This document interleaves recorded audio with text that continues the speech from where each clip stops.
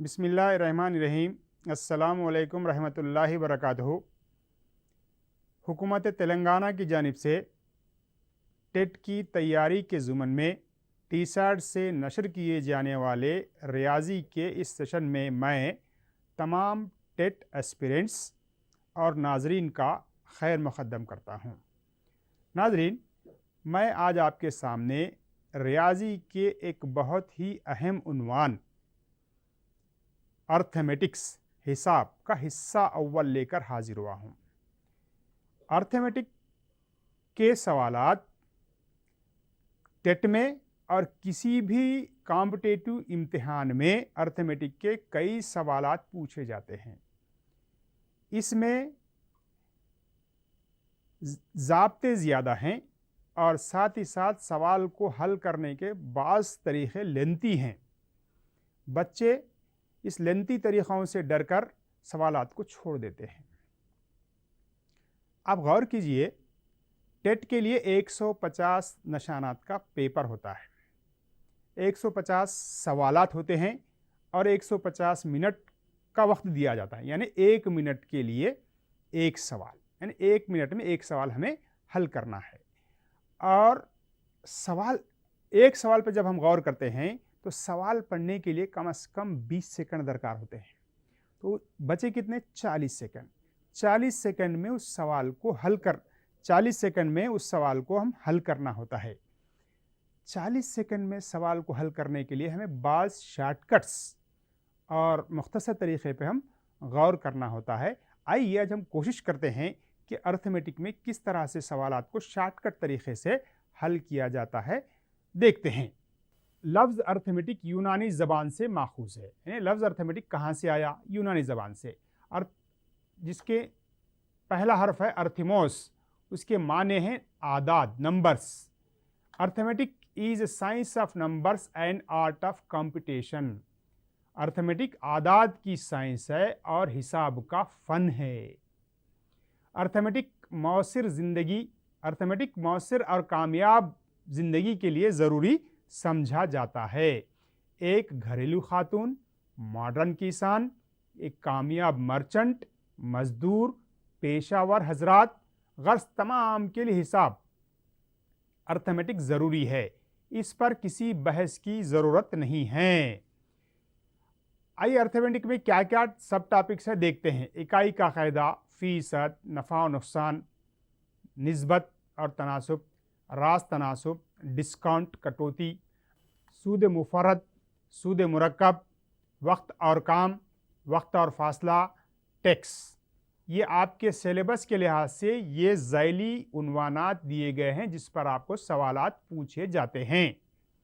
इकाई का क़ायदा, unitary method, चंद अशिया की दी गई कीमतों की मदद से एक शय की कीमत मालूम करना इकाई का तरीक़ा कहलाता है। गौर कीजिए, चंद अशिया की कीमतें दे करके एक शय की कीमत मालूम करना है, 10 की दे के मालूम करना, इसी को हम इकाई का क़ायदा कहते हैं।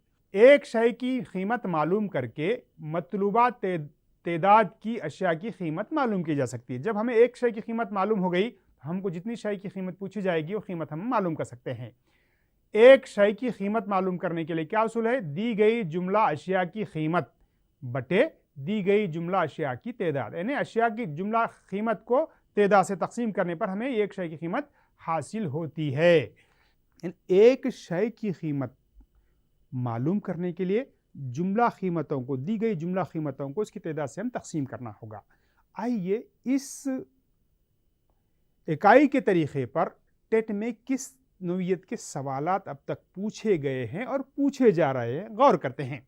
अगर 12 पेंसिल की कीमत 24 रुपये हो तो 10 पेंसिल की कीमत क्या होगी? गौर कीजिए, 12 की देके 10 की पूछ रहा है, तो यहाँ हमको क्या करना होगा? 24 को 12 से तकसीम करना, जो जवाब आता है उसको हम 10 से ज़रब देना। इसके लिए क्या होगा? वक्त तलब होगा। आइए इसको शॉर्टकट किस तरह करते हैं देखते हैं। यानी 12 के लिए 24, यानी 12 पेंसिल की कीमत है 24 रुपये, तो 10 के लिए कितना? अब गौर करो, यहाँ इस उसूल पर हम तमाम सवालात को हल कर सकते हैं। क्या है? क्रॉस मल्टीप्लिकेशन, ज़रबे चली पाई, यानी ये 10 ज़रब 24 बटे 12। अब इसको मुख्तसर कीजिए, 12 एकन 12, 12 दुगनी 24, 10 दुगनी 20, यानी क्या है 10 की कीमत कितनी आई हमको 20 रुपये आ गई। ये छोटा सवाल है, आपको ऐसा नजर आ रहा है। इसी तरह से बड़े बड़े सवालात अगर पूछें तो यही उसूल को हम अपनाना होगा। अब गौर कीजिए, यानी हम तकसीम करके तकसीम के जवाब को ज़रब देने की नौबत नहीं है। यहाँ कितनी शय की कीमत कितनी दी जा रही है और हमको कितनी मालूम करना है। मालूम करने वाले से कीमत को ज़रबे चली पाए और जो तादाद दी गई उसको बटे में करके मुख्तसर करना होगा, जिससे हमको मतलूबा जवाब आसानी से हासिल होता है। 6 बोतल शरबत की कीमत 210 रुपये हो तो 4 बोतल शरबत की कीमत क्या होगी। गौर कीजिए, क्या दिया, 6 की कीमत 210 रुपये, 4 की कीमत कितनी, क्या होगा, यानी 4 ज़रब 210, 210 को 4 से ज़रब देना बटे 6, 6 से इसको कट कर दीजिए, 6 3 18, बचे कितने 3, 30 हो गया, 6 पंजे 30 कट गया। अब 35 चौक 140, यानी 140 कीमत आई है। एक और सवाल देखते हैं। एक रेलगाड़ी 90 किलोमीटर का फासला औसत रफ्तार से 2 घंटे में तय करती है, तो 540 किलोमीटर का फासला तय करने के लिए दरकार वक्त क्या होगा। गौर करो, 90 किलोमीटर के लिए 2 घंटे, 540 के लिए कितना। अब क्या करेंगे, 540 ज़रब 2 बटे 90, 90 से इसको तकसीम कीजिए, 90 छिक्के 540, 6 दुगनी 12, यानी क्या हुआ 12 घंटे का वक्त दरकार होगा। मैं यहाँ होने वाले टीचरों से मुखातिब हूँ। गौर कीजिए, शॉर्टकट तरीके में हमको 90 आ गया तो 5 से तकसीम कर सकते हैं आप, 18 से तकसीम कर सकते हैं, 10 से तकसीम कर सकते हैं, लेकिन उसमें टाइम दरकार होता है। लिहाजा मैक्सिमम बड़े से बड़े अदद से अगर हम तकसीम करेंगे तो हम आसानी से बहुत शॉर्ट टाइम में उसको हल कर सकते हैं। फीसद, परसेंट का मतलब पर 100, फी जमा सद फीसद, यानी फी 100 कितनी कीमत होगी, यानी फीसद का मतलब है 100 में से ली गई कदर। अगर 100 में से 10 हो तो 10%, 10% तो किस तरह लिखेंगे 10 बटे 100। इसी तरह से 100 में से 15 हो तो 15%, फीसद को किस तरह लिखेंगे हम 15 बटे 100, यानी फीसद का मतलब नसब नुमा में 100 हो, यानी 10% हो 10 बटे 100, 15% हो तो 15 बटे 100, नसब नुमा में 100 अगर आ गया तो हम इसको फीसद कहते हैं। ऐसी कसूर जिनका नसब नुमा 100 हो फीसदी कहलाती हैं, या फी 100 कदर फीसद कहलाती है। फीसद की अलामत ये है, कसर को फीसद में तब्दील करने के लिए 100 से ज़रब देना। गौर कीजिए, यहाँ पर कसर को फीसद में तब्दील करने के लिए क्या करना, 100 से ज़रब देना, और फीसद को कसर में तब्दील करने के लिए 100 से तकसीम करना। गौर करो, एक दूसरे के माकूस हैं ये। किसी मकदार में x% का इजाफा होने पर नई मकदार, किसी भी मकदार में x% का अगर इजाफा हुआ तो नई मकदार मालूम करने का यह उसूल 100 जमा x, x का इजाफा हो तो 100 जमा x, 10 का इजाफा हो तो 100 जमा 10 बटे 100, ज़रा पुरानी मकदार। किसी मकदार में x% की कमी होने पर, गौर करो, या ज़्यादा होने पर क्या करें, इजाफा होने पर जमा लिए तफरीक लेंगे, 100 माइनस x बटे 100 ज़रा पुरानी मकदार। यानी पहले फीसद के कॉन्सेप्ट को अच्छी तरह समझना चाहिए। फी 100, 100 में से हम कितनी मकदार ले रहे हैं वो फीसद है, और क्या होगा फीसद में बटे में 100 आएगा। ऐसी कसूर जिनका नसब नुमा 100 हो फीसद कहलाता है। अभी हमने 2 ज़ाब्ते देखे, यानी x% का इजाफा हुआ तो 100 जमा x बटे 100 ज़रा पुरानी कीमत, अगर 10 का इजाफा हुआ तो डायरेक्ट लेना होगा हमको क्योंकि हम होने वाले टीचर्स हैं। 100 जमा 10 110 बटे 100 ज़रा पुरानी कीमत, अगर कमी हो तो 90 बटे 100 ज़रा पुरानी कीमत। आइए फीसद पर टेट में किस तरह के सवाल पूछे जा रहे हैं देखते हैं। निस्बत 2/3 को फीसद में तब्दील करने पर ये ऑप्शंस हैं। अब गौर कीजिए, कसर को फीसद में तब्दील करने के लिए क्या करना होगा, 100 से ज़रब देना होगा। ये कसर कहाँ है, आप बोलेंगे फीसद है, इसको फीसद को कसर की शक्ल में ले सकते हैं ना। 2 निस्बत 3 मसावी क्या होगा 2/3। अब इसको क्या करना होगा, 100 से ज़रब देना होगा, 2/3 ज़रब 100। अब कटता है तो काट देंगे, नहीं कटता ना, 2 ज़रब 100 200/3%, यही हमारा जवाब होगा। कहाँ है ऑप्शन 200/3%, पहला ऑप्शन 200/3, ये पहला जवाब हमारे पास होगा। इसी तरह से दूसरा सवाल, एक अदद का 25% 40 है तब अदद होगा। ये ऑप्शन है हमारे पास। ये टेट में पूछा गया सवाल है, यानी एक अदद का 25% 40 है तब अदद होगा। आप गौर कीजिए, 25% 40 है तो कितने फीसद मालूम करना है हमको? 100%। 100% का कितना होगा? यहां गौर कीजिए, जो नॉन मैथमेटिक्स के बच्चे हैं वो कंफ्यूज होते हैं। यहां क्या पूछा जा रहा है? 25% 40 है ना? अब क्या करना है हमको? 100% मालूम करना है। अब क्या करेंगे बोलिए? गौर कीजिए, यहां इसको हम शार्ट तरीके से किस तरह करते हैं, गौर करेंगे। 25 को क्या करने पर 100 आ रहा है? 25 को क्या करने पर 100 आ रहा है? जरब देने पर 4 से। जब इसको 4 से जरब देने पर आ रहा है तो 40 को भी 4 से जरब दीजिए, 160। यानी इसको शार्ट मेथड में इस तरह से हम हल करना होगा। किसी भी फीसद में अगर यहां 25 दिया 100 है, या 20 दिया तो क्या करेंगे? 5 से जरब देंगे, यहां भी 5 से जरब देंगे, हमें जवाब हासिल हो जाएगा। इसी तरह से एक और सवाल, 160 का 25% होगा। गौर करो, या 160 का 25% हो रहा। इस सवाल पे आप वाज़े गौर करना होगा। या 25% 40 दिया, अदद मालूम करना है, ये अदद का 25% मालूम करना है, यानी 100% कितना है? 160 है। किसी अदद का 100% कितना है? यहाँ पर 160 है। कितने फीसद मालूम करना है हमको? 25%। यहां भी जरबे चली पाई करने के बजाय क्या करना होगा? गौर कीजिए, 100 को क्या करने पर 25 आ रहा? 4 से तकसीम करने पर 25 आ रहा। या इसको भी 4 से तकसीम कीजिए, 4 चौक 16 0 40। आप गौर कीजिए, शार्ट तरीके में हम सिर्फ 20 सेकंड के अंदर अंदर इस सवाल को हम हल कर सक रहे हैं। एक और सवाल पे हम गौर करते हैं। ये टेट 2017 में आया हुआ सवाल है। एक अदद का 21% 63 है। ये ऑप्शंस 21% 63 है तो 100% कितना? क्या करेंगे? 100 ज़रब 63 बटे 21। आप यहां इस पे गौर करो, हम शार्ट तरीके से नहीं कर सक रहे। क्यों? किससे ज़रब देने तकसीम करने पर 100 आ रहा? क्या नहीं आ रहा? या 20 रहा तो 5 से, 25 रहा तो 4 से ज़रब दिए थे, या नहीं आ रहा तो हम ये ज़रबे चली पाई का तरीका अपनाना होगा। 21 1 21, 21 तिया 63, 3 ज़रब 100 क्या होगा? 300। यानी एक अदद का 21% 63 है तब अदद क्या है? 300 है। जवाब कौन सा हमारे पास? 300 जवाब दूसरा ऑप्शन होगा। आइए एक और सवाल को देखते हैं। 2000 का 40% होता है। ये ऑप्शंस हैं। 100 का कितना? 40, तो 2000 के लिए कितना? यानी सवाल पे आप गौर कीजिए, 2000 का 40% मालूम करना है, मतलब 100 का 40 तो 2000 के लिए कितना? अब यहां भी जरबे चली पाई, 2000 ज़रब 40 बटे 100। आप गौर कीजिए, यहां के 2 सिफर, यहां के 2 सिफर, 20 से 40 को जरब देना होगा, कितना हुआ? 800। आप गौर कीजिए कितने सेकंड में हम आप इस सवाल को हल कर सक रहे हैं। आप अगर इन सवालात को इस तरह से प्रैक्टिस करेंगे तो आपका टाइम बच जाएगा। इसको दूसरे तरीके से गौर करिए, 100 को क्या करने पर 2000 आ रहा? 20 से जरब देने पर। यहां भी 20 से इसको जरब दीजिए डायरेक्ट, 20 ज़रब 40 कितना है? 800। यानी इसी सवाल को मैंने दूसरे तरीके से यहां पर समझाने की कोशिश की है। आप सवाल पे गौर करना, पहले सवाल पे गौर करके क्या दिया जा रहा है, क्या पूछा जा रहा है, कंफ्यूज नहीं होना। कंफ्यूज अगर हो गए समझिए तो सवाल का जवाब दूसरा आ जाएगा।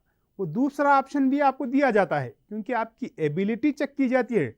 किसी भी कॉम्पिटिटिव इम्तिहान में आपको समझने की खासियत की टेस्ट की जाती है, उसको आप ध्यान में रखना होगा। एक अदद का 7/3% 42 है तब अदद होगा। आप गौर करो, 7/3% कितना है? 42 है तो 100% कितना? अब जरबे चली पाई क्योंकि बटे में है ये, 100 ज़रब 42 बटे 7/3। अब आप कहेंगे, नॉन मैथमेटिक्स वाले सोच रहे होंगे ये बटे के नीचे बटे आ गया तो इसको क्या करना होगा?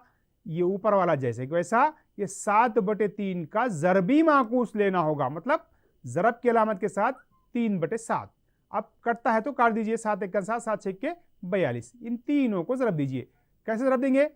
आप गौर कीजिए, यहां 100 जब है तो पहले दूसरे आदत को ज़रब देना हो, 6 3 18 ज़रब 100 1800। जवाब कौन सा जवाब है? ये दूसरा ऑप्शन है। एक और सवाल, साल गुज़िश्ता चावल की कीमत फी किलो 40 रुपये थी। सवाल को आप ठंडे दिल से सोचना, 40 रुपये थी, इस साल चावल की कीमत 50 रुपये तक बढ़ गई है, तो चावल की कीमत में कितने फीसद इजाफा हुआ? गौर करो, फीसद इजाफा हुआ पूछ रहा। ये ऑप्शंस हैं, 40 रुपये में कितने इजाफा हुआ? 10%। तो 100 रुपये में कितना हुआ मालूम करना होगा हमको। यहाँ 40 और 50 पे गौर करना। 40 रुपये कीमत थी, 50 रुपये हो गई, कितने रुपये बढ़ी? 10 रुपये बढ़ी। तो अगर 100 हो तो कितना बढ़ेगी? वही फीसद होगा ना।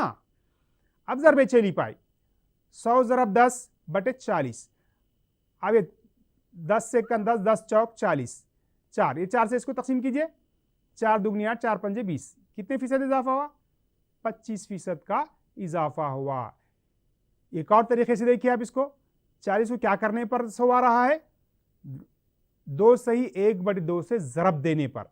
इसको भी 2 सही 1/2 से ज़रब दो, 10 का 2 कितना होगा? 20, और उसका आधा 5, 25% होगा। यानी इस सवाल को मैंने जहां मुमकिन है वहां दो तरीकों से इसलिए बताया है कि आप उसको आसानी से हल कर सके। क्या ऑप्शन हमारे पास? यहाँ 25 ऑप्शन है। एक एक सवाल को 2 तरीकों से हल करके आपका टाइम वेस्ट करना नहीं है।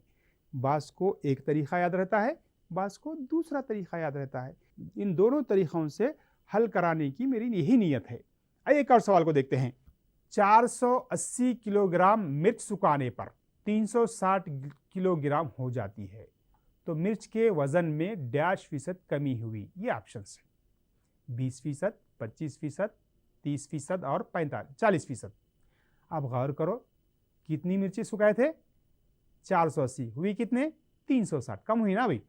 480 में कितना कम हुआ? गौर करो, इसमें तफरीक करने पर 120, तो 100 में से कितना होगा मालूम करना है हमको। ज़रबे चली पाई, 100 ज़रब 120 बटे 400। अब गौर कीजिए, 120 से 480 कितनी मरतबा जाएगा? 4 मरतबा। ये 4 से 100 को तकसीम कीजिए, 4 दुगनी 8, 4 पंजे 20। कितने फीसद की कमी हुई? 25% की कमी हुई। ये दूसरा ऑप्शन हमारा जवाब है। एक और सवाल, एक स्कूटर की कीमत में हर साल 5% की कमी होती है। अगर स्कूटर की मौजूदा कीमत 50,000 रुपये हो तो 2 साल बाद इसकी कीमत क्या होगी? ये टेट 2012 में पूछा गया सवाल है। ये दिए गए ऑप्शन हैं। 2 साल बाद कीमत, गौर कीजिए बच्चों, पहले कीमत कितनी थी? 50,000 रुपये। क्या हो रहा? 5% की कमी हो रही है। तो पहले साल के लिए 95% मालूम करेंगे, फिर दूसरे साल के लिए इसका 95% मालूम करेंगे।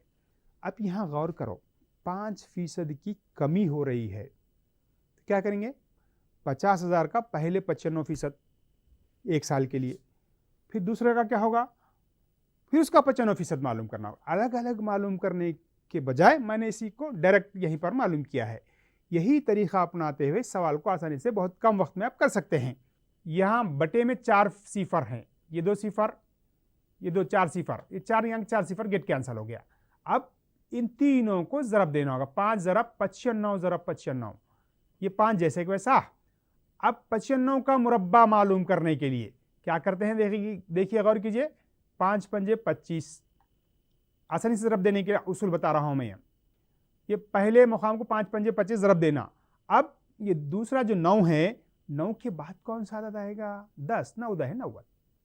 अब इन दोनों को ज़रब दीजिए, 45,125, यानी स्कूटर की कीमत 2 साल बाद 45,125 हो जाएगी। क्या ऑप्शन है हमारे पास? ये पहला ऑप्शन सही है। आइए एक और सवाल को देखते हैं। एक शहर की मौजूदा आबादी दी गई है, कितनी है ये? अगर आबादी में हर साल 8% इजाफा हो तो 3 साल पहले इस शहर की आबादी क्या होगी? ये टेट 2017 में पूछा गया सवाल है। गौर करो, उस सवाल और इस सवाल में फ़र्क है। इन 2 सवालात पे गौर कीजिए आप। उस पहले सवाल में मौजूदा कीमत दे के बाद की कीमत मालूम करनी थी, वो भी कमी हो रही थी। यहाँ इस सवाल में आबादी में इजाफा हो रहा है, पहले 3 साल पहले की कीमत हमको मालूम करना है। ये टेट 2017 में है। अब जब कभी भी किसी भी इम्तिहान की तैयारी करते हैं तो सवालात का तकाबुल करके तैयारी करना होगा। वह क्या पूछा था, क्या पूछ सकता है। कमी पूछा तो हम क्या करें, ज़्यादा पूछे तो हम क्या करेंगे। आइए देखते हैं। 3 साल पहले आबादी, पहले पूछ रहा है। अब जो मौजूदा आबादी कितनी है उसको लिख दिया मैंने। अब गौर करो, यहाँ पर यहाँ कमी में क्या करे थे हम? ऊपर 95, नीचे 100 लिए थे। यहाँ पहले के मालूम कर रहे हैं हम, तो जितनी ज़्यादा हो रहा है वो नीचे जमा करना, 100 जमा 8 108/100। ये पहले साल के लिए, ये दूसरे साल के लिए, ये तीसरे साल के लिए। अगर 2 साल बढ़े तो 2 ही मरतबा लेना होगा। अब इसको मुख्तसर करना चाहिए हमको। किसे तकसीम करो? 4 से। ये 4 से तकसीम करने पर 27, 9 तिया 27, 9 से इसको तकसीम कर रहा हूँ। तकसीम करने पर ये ऊपर वाला अदद आ गया है। अब फिर 3 से तकसीम कर रहा हूँ मैं इसको, ये अदद आ गया है। क्योंकि हर एक को मैं तफसील से अगर बता दिया तो टाइम ज़ाये होने का इम्कान है। क्योंकि आप टीचर्स हैं, इसको समझ जाइए। या फिर 4 से तकसीम किया मैंने, 9 से, 3 9 तिया 27, 9 से इसको तकसीम करने पर यह अदद आ गया। फिर 3 से तकसीम कीजिए इसको, 3 दूनी 6, 3 एक 3, 3 6 18, 118 एक 118, 118 दूनी 216। अब जो ऊपर बच गए हैं इन सब तमाम को ज़रब देना होगा। अब गौर कीजिए, 25 ज़रब 25 क्या होगा? 25 का मुरब्बा 625, 625 दुगनी 1250। 100 भी है ना सर, बोलेंगे आप। इस 100 के 2 सिफर यहाँ लगा दीजिए, जवाब आ जाएगा। इन दोनों सवालात में आप अच्छी तरह से तकाबुल करके याद रख लीजिए। नफ़ा और नुकसान, यहाँ कीमत खरीद कास्ट प्राइस को हम CP लेते हैं, कीमत फ़रोख्त सेलिंग प्राइस है जिसको हम SP लेते हैं, नफ़ा प्रॉफिट और गेन उसको G लेंगे हम या P लेंगे, लॉस को क्या लेंगे? यल। प्रॉफिट मालूम करने के लिए SP माइनस CP यानी कीमत खरीद में से कीमत फ़रोख्त को तफरीक करना होगा। इसी तरह से नुकसान मालूम करने के लिए CP माइनस SP। गौर करो, यहाँ SP बड़ा है तो प्रॉफिट, या CP बड़ा है तो नुकसान। 100 रुपये पर कितना नफ़ा हुआ, इसको नफ़ा फीसद कहते हैं। नफ़ा फीसद मालूम करने का ज़ाब्ता G ज़रब 100/CP। इसी तरह से नुकसान में यल ज़रब 100/CP। गौर करो, यहाँ बटे में दोनों में क्या है? कास्ट प्राइस है, यानी कीमत खरीद है। नफ़ा और नुकसान कीमत खरीद पर ही मालूम किया जाता है। नफ़ा फीसद या नुकसान फीसद हमेशा कीमत खरीद CP पर ही महसूब की जाती है। अब अगर हमें कीमत फ़रोख्त SP मालूम करना है जबकि नफ़ा हो, तो ज़ाब्ता ये CP ज़रब 100 जमा G/100। अगर नुकसान हो तो CP ज़रब 100 माइनस यल/100। और इसकी मदद से हमको अगर नफ़ा हो तो SP देकर CP मालूम करना है, कीमत फ़रोख्त देकर कीमत खरीद मालूम करना है। तो अब गौर करो, इसी ज़ाब्ते पे 100 ज़रब SP क्या होगा? 100 SP बटे क्या होगा? 100 जमा G। अगर नुकसान हो तो 100 ज़रब SP बटे 100 माइनस यल। ये 4 ज़ाब्तों को आप अच्छी तरह से जहन में रखिए। रामू एक मोबाइल फ़ोन 3300 रुपये में ख़रीदता है और इसकी रिपेयरिंग के लिए 700 रुपये खर्च करता है। इसे 3000 रुपये में फ़रोख्त करता है, तो इसका नुकसान फीसद होगा। ये ऑप्शंस हैं। ये सवाल AP टेट यानी हमारी पड़ोसी रियासत के टेट इम्तिहान में पूछा गया सवाल है। जुमला कीमत खरीद कितनी है? गौर कीजिए आप, वो अलग अलग जमा करते हुए टाइम वेस्ट नहीं करना चाहिए। 3300 जमा 700 जुमला कीमत खरीद। 4000 रुपये में खरीदा, 3000 रुपये में फ़रोख्त कर रहा है। कितना नुकसान हुआ? 1000 रुपये। तो 100 के लिए कितना नुकसान होगा? फीसद मालूम करना होगा। ज़रबे चली पाए 100 ज़रब 1000 बटे 4000, 1000 एक 1000, 1000 चौक, ये 4 से इसको तकसीम कीजिए 25, यानी 25% का इसे नुकसान हुआ है। इसी तरह से एक और सवाल, एक शख्स एक शय 300 रुपये में खरीद कर 320 रुपये में फ़रोख्त किया, तो इसका नफ़ा फीसद, नफ़ा 300 में 20%, 20 रुपये नफ़ा, तो 100 में कितना? ज़रबे चली पाए 100 ज़रब 20/300, तकसीम कीजिए 100 एक 100, 100 तिया 20/3। अभी तकसीम नहीं होता तो क्या करेंगे? 3 6 के 18 बचे 2, 2/3%, 6 सही 2/3%। एक और सवाल, साल गुज़िश्ता 1000 अशिया की कीमत 500 रुपये थी। इस साल इनकी कीमत घटकर 1000 अशिया की कीमत 5000 रुपये थी। इस साल इसकी कीमत घटकर 4000 रुपये हुई, तो कीमतों में कमी का फीसद। आप गौर करें इस सवाल पे, 1000 शय का कोई अमल दखल है इसमें? नहीं है। 5000 थी 4000 हो गई, क्या फीसद मालूम करना है हमको? 5000 के लिए 1000 हुई तो 100 के लिए कितना? ज़रबे चली पाई 100 ज़रब 1000 बटे 5000, 1000 एक 1000, 1000 पंजे, 5 से इसको तकसीम कीजिए, 5 दुगनी 10 यानी 20% की कमी वाक़े हुई है। मुअज़्ज़िज़ टेट एस्पिरेंट्स, नफ़ा और नुकसान फ़ीसद पर मैंने हर नौइयत के सवालात को हल करने की कोशिश की है। किसी भी इम्तिहान में सेम सवालात पूछे नहीं जाते, लेकिन उसूल तो वही होता है ना। आप इन सवालात को रखकर आदाद बदल बदल कर प्रैक्टिस कीजिए। जितनी आप प्रैक्टिस करेंगे उतना आप परफेक्ट हो जाएंगे। आइए एक और उन्वान पर हम नज़र डालते हैं, निस्बत, रेशो और तनासुब। हम जिन्स मकदारों का तकाबुल निस्बत कहलाता है, यानी जिन मकदारों का तकाबुल किया जा रहा है इनकी इकाइयाँ भी मसावी होनी चाहिए, यानी हम जिन्स होनी चाहिए। दो मकदारों ए और बी की निस्बत जिनकी इकाइयाँ मसावी हों, एक कसर ए बटे बी होती है और इसको ए निस्बत बी लिखा जाता है। करीम और शरीफ रोज़ाना बितरतीब 100 रुपये, 200 रुपये, 100 रुपये कमाते हैं, तो इनका तकाबुल करेंगे हम। करीम की आमदनी बटे शरीफ की आमदनी, 200 बटे 100, तकसीम कीजिए इसको। ये दो सिफर सिफर गेट कैंसल, 2 बटे 1, ये 2 निस्बत 1 है। ये 2 निस्बत 1 जो हासिल हुआ हमको। मोहन और रवि रोज़ाना बितरतीब 400 रुपये और 200 रुपये कमाते हैं, इसका तकाबुल कीजिए। मोहन की आमदनी बटे रवि की आमदनी कितना है, 400 बटे 200। ये यहाँ के 2 सिफर, 200 1 200, 200 दुगनी 400, क्या हुआ, 2 बटे 1 हासिल हुआ।